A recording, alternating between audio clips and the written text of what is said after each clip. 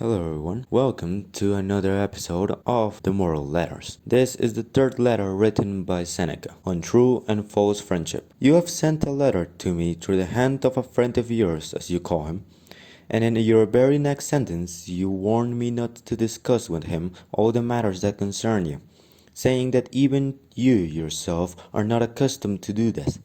In other words, you have in the same letter affirmed and denied that he is your friend. Now, if you use this word of ours in the popular sense and called him friend in the same way in which we speak of all candidates for election as the honorable gentleman, and as we greet all men whom we usually meet casually, if their names slip us for the moment with the salutation, my dear sir, so be it. But if you consider any man a friend whom you do not trust as you trust yourself, you are mightily mistaken, and you do not sufficiently understand what the true friendship means. Indeed, I would have you discuss everything with a friend, but first of all discuss the man himself. When a friendship is settled, you must trust. Before friendship is formed, you must pass judgment. Those persons indeed but last first, and confound their duties, who violating the rules of Theophrastus, judge a man after they have made him their friend, instead of making him their friend after they have judged him. That is a cruel mistake.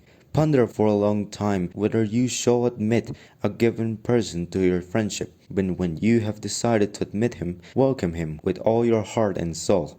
Speak as boldly with him as with yourself.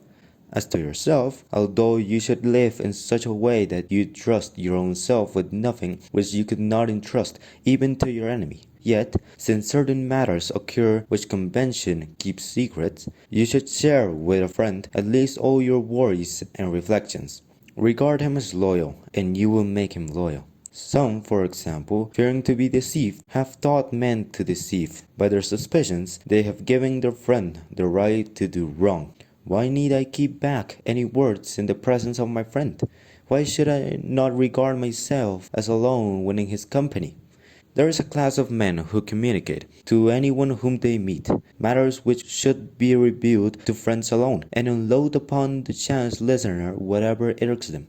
Others, again, fear to confide in their closest intimates, and if it were possible, they would not trust even themselves, burying their secrets deep in their hearts. That is going to the extremes, but we should do neither. It is equally faulty to trust everyone and to trust no one. Yet the former fault is, I should say, the more ingenious, the latter the more safe. In like manner, you should rebuke these two kinds of men, both those who always lack repose and those who are always in repose. For love of bustle is not industry, it is only the restlessness of a hunted mind, never able to rest.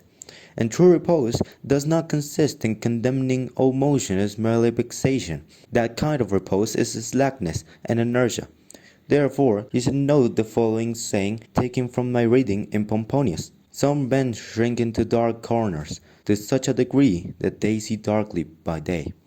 No man should combine these tendencies, and he who reposes should act, and he who acts should take repose. Discuss the problem with nature, anyway. She would tell you that she has created both day and night. Farewell. Reflection. Learn and understand how to nurture authentic relationships, knowing who and how to judge and trust.